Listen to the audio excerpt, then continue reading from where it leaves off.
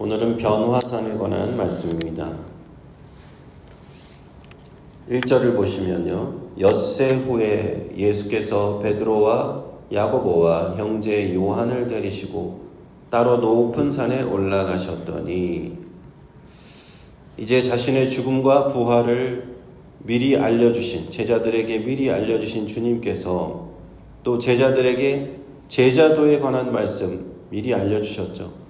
너희는 자기를 부인하고 나를 십자가를 지고 나를 따라라 하는 제자도에 관한 말씀을 다 알려주신 후에 그리고 엿새 후가 지났습니다. 주님께서는 가장 아끼는 3명의 제자들 베드로와 야고보와 형제 요한을 데리고 높은 산에 올라가셨다라고 하였습니다. 이 높은 산이 어디인가 한 거 볼 때 우리가 성지순례를 가게 되면 그곳에서 다볼산이라는 산이 있다고 합니다. 그 산에는 갈릴리 중심부에 있는 크고 둥근 언덕 같은 산인데 성지순례 가면은 그 안내하는 사람들이 전통적으로 이곳에서 예수님께서 변화하셨다 하는 그렇게 안내를 하는 장소라고 알려져 있습니다. 하지만 이 성경책에는 산의 이름이 정확하게 나오지 않기 때문에 사실은 어느 산인지 정확히 알 수는 없어요. 혹시 가이사랴 빌립보 곧 주님께서 제자들과 조용히 시간을 보내셨던 그 지방 근처에 헬몬산이라는 또 높은 산이 있는데 그 산일지도 모른다는 생각을 하는 사람도 있습니다. 어찌됐건 주님께서는 높은 이 산에 올라가셨는데 3명의 제자만 데리고 가셨다는 거죠. 베드로와 야고보와 요한입니다. 이 3명의 제자는요, 변화산에도 주님과 함께 올라갔지만 나중에 주님이 십자가를 지시기 전에 겟세마네 동산에 가실 때도 이 3명의 제자들은 그들만 동행하여 가는 것을 우리는 마태복음 26장에서 볼 수가 있습니다. 2절 말씀을 보시면요. 저희 앞에서 변형되사 그 얼굴이 해같이 빛나며 옷이 빛과 같이 휘어졌더라. 때 모세와 엘리야가 예수로 더불어 말씀하는 것이 저희에게 보이거늘. 그때 예수님의 모습이 변형되셨다는 겁니다. 주님의 얼굴은 해같이 빛이 나셨고 그 옷은 빛과 같이 휘어졌습니다. 이와 대비되는 이제 구약 성경의 말씀을 보면 출애굽기 34장을 볼 수가 있어요. 출애굽기 34장에 모세가 여호와 하나님과 대면하여 말씀을 나누고 나서 십계명 돌판을 가지고 내려올 때 그 얼굴에 광채가 났고 빛이 났다 하는 말씀이 출애굽기 34장에 기록이 되어 있거든요. 그러나 이 말씀 오늘 변화산에서 말씀은 이제는 하나님의 아들 예수님께서 3명의 제자들이 보는 그 앞에서 하나님의 그 주님의 신성을 드러내신 말씀이라고 우리는 해석할 수 있습니다. 성부, 성자, 성령 삼위일체 하나님의 이격 되시는 성자 하나님의 그 본 모습을 잠시 드러내신 것이다. 영광 중에 그 모습을 드러내신 것이다 하였습니다. 복음서에 보면은 천사들이 등장할 때 꼭 같이 등장하는 말이 눈같이 흰 옷을 입었다 하는 말씀이 있죠. 바로 이 말씀과 같이 예수님은 더 빛과 같이 그 옷이 휘어졌다 하는 말씀입니다. 12제자들에게 자신이 그리스도시고 하나님의 아들이심을 드러내신 이후에 이제는 3명의 제자들 앞에서 직접 그들이 눈으로 볼 수 있도록 자신의 모습을 보여주셨다 하는 것입니다. 그리고 함께 주님과 함께 나타난 사람들이 있었죠. 모세와 엘리야입니다. 이 모세와 엘리야는 구약 성경에 있어서 가장 중요한 2명의 인물이라고 볼 수 있어요. 모세는 율법을 하나님께 앞에 받은 사람이죠. 십계명을 받은 사람입니다. 하나님과 직접 대면하여서 말씀한 사람이에요. 엘리야는 또 누군가? 모든 선지자 중에서 선지자가 많은 선지자가 있는데 가장 대표적인 선지자가 엘리야입니다. 그리고 구약 성경에서 딱 2 사람이 죽음을 보지 않고 하나님께 갔다라는 말씀이 있는데 첫 번째는 에녹이고 두 번째가 이 엘리야예요. 엘리야는 열왕기 2장에 보면은 회오리 바람을 타고 엘리사가 보는 앞에서 하늘로 승천한 그 선지자입니다. 그 구약 성경의 대표적인 딱 두 사람이 예수님께 나타나서 그들과 함께 예수님은 대화하셨다 하는 것입니다. 4절에 보면요, 베드로가 예수께 여짜와 가로되 주여 우리가 여기 있는 것이 좋사오니 주께서 만일 원하시면 내가 여기서 초막 셋을 쥐되 하나는 주를 위하여 하나는 모세를 위하여 하나는 엘리야를 위하여 하리이다. 이때 갑자기 베드로가 엉뚱한 제안을 해요.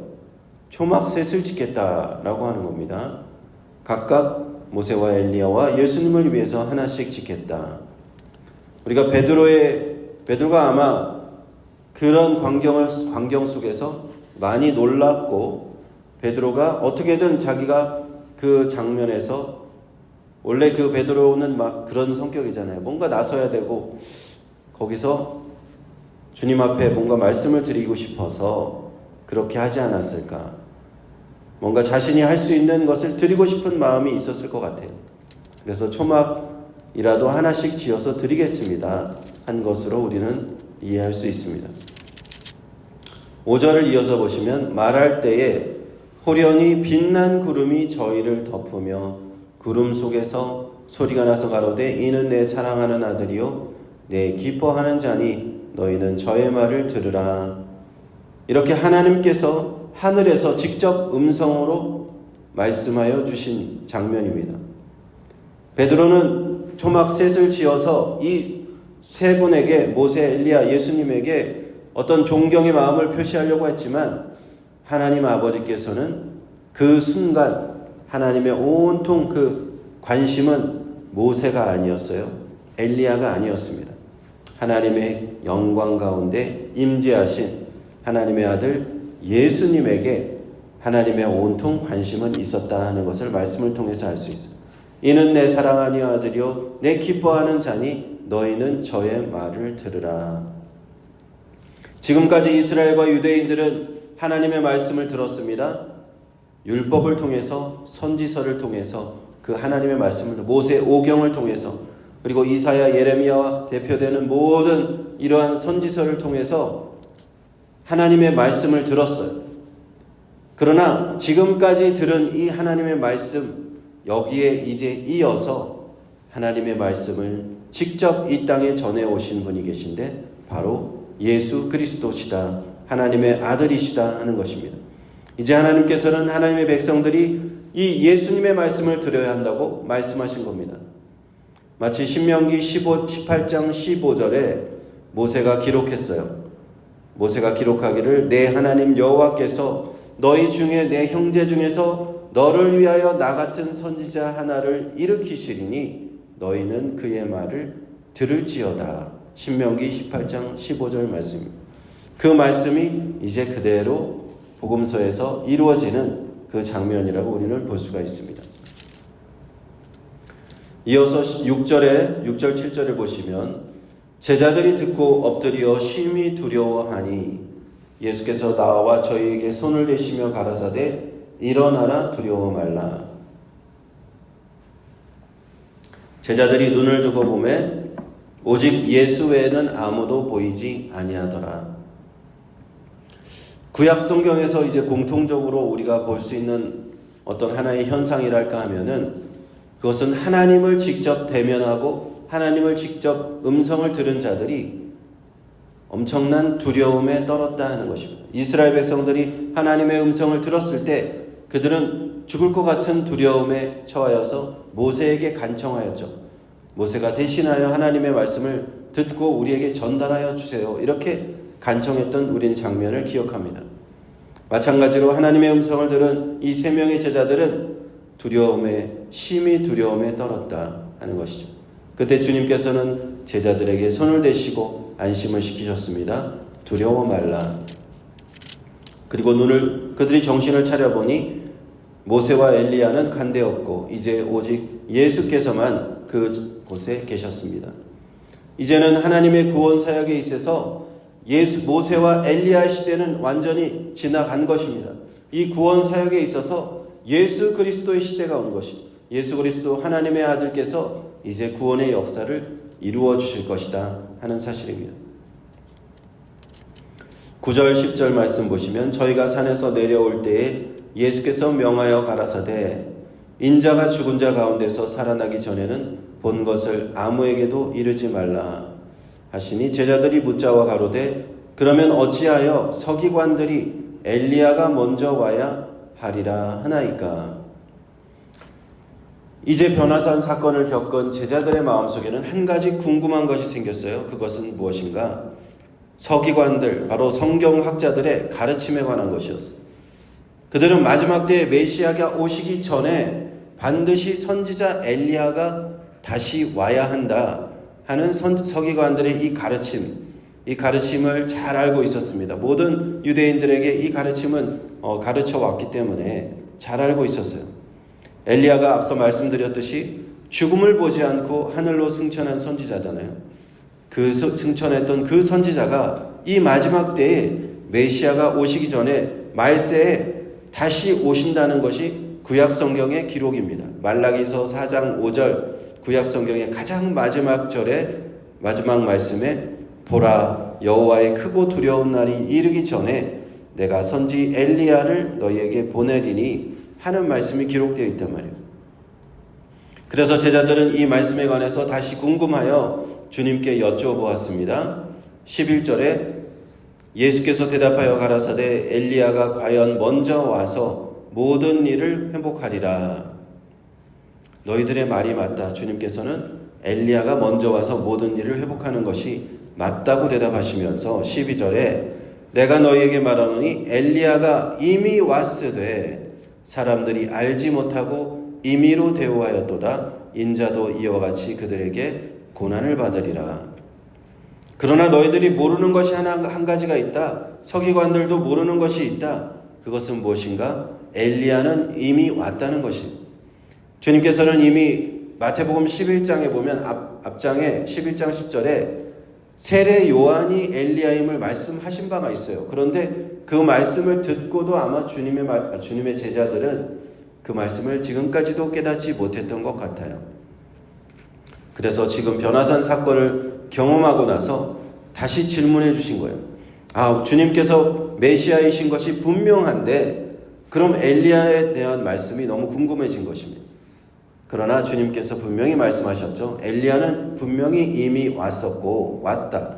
그러나 사람들이 전혀 알지 못한 것이고 자기들 마음대로 그를 대우하였다. 바로 세례 요한이 그 사람이다 하는 것입니다. 그리고 세례 요한이 고난을 받았던 것처럼 주님께서도 고난을 받게 되실 것을 말씀하십니다. 마지막으로 이제 13절 그제야 제자들이 예수의 말씀한 것이 세례 요한인 줄을 깨달았다 하는 것입니다. 이제 제자들의 머릿속에서는 모든 것이 희미했던 것이 점점 선명해지고 분명해지는 것입니다. 주님이 바로 예수 그리스도 메시아이심은 너무나도 이제 분명해지는 것입니다. 그들이 눈으로 보았어요. 변화산에서 주님께서 변모하시는 그것을 보았고 모세와 엘리야와 얘기하시는 것을 보았습니다. 그리고 그들이 마지막 남은 궁금증, 그렇다면 엘리야는 어떻게 되는 것입니까? 엘리야는 이미 왔구나. 세례 요한이라는 것을 그들은 깨닫게 되었습니다. 변화산에서 주님께서는 쉐키나의 영광, 하나님의 임재의 영광을 체험하시고 임재의 영광을 보여주시고 그 용모가 변화된 장면을 오늘 말씀을 통해서 보았습니다. 구약 성경에서 가장 유명한 두 사람 모세와 엘리야가 이제까지 유대인들에게 하나님의 뜻을 전달해 준 그 두 사람이 주님과 나타나 대화를 하였고 하나님 아버지께서는 직접 음성으로 하나님의 아들 성자 하나님 삼위일체 하나님 아들 바로 예수 그리스도이심을 성자 예수님이심을 확인해 주셨습니다. 이제 모세와 엘리야의 시대는 지나갔어요. 제자들은 이제 예수님의 말씀을 행해야 되는 시대가 왔다 하는 것입니다. 예수님께서 구원의 길을 새롭게 열어가는 시대를 우리는 이제 오는 것입니다. 그리고요, 주님께서는 이제 그 변화산에서 보여주셨던 하나님의 영광, 쉐키나의 영광을 잠시 내려놓게 되실 것입니다. 부활하시기까지 그 영광은 잠시 거두어 두시고 이제 주님께서 홀로 십자가의 고난과 죽음을 당하실 것이고 하나님의 구원의 사역, 하나님의 뜻을 성취하실 것입니다. 오늘 우리 이 말씀을 통해서 변화산의 주님의 말씀을 통해서 이 말씀을 묵상하면서 오늘 우리가 주님 앞에 오늘 한 날 또 기도함으로 나아갈 수 있기를 주님의 이름으로 축원합니다. 기도하겠습니다.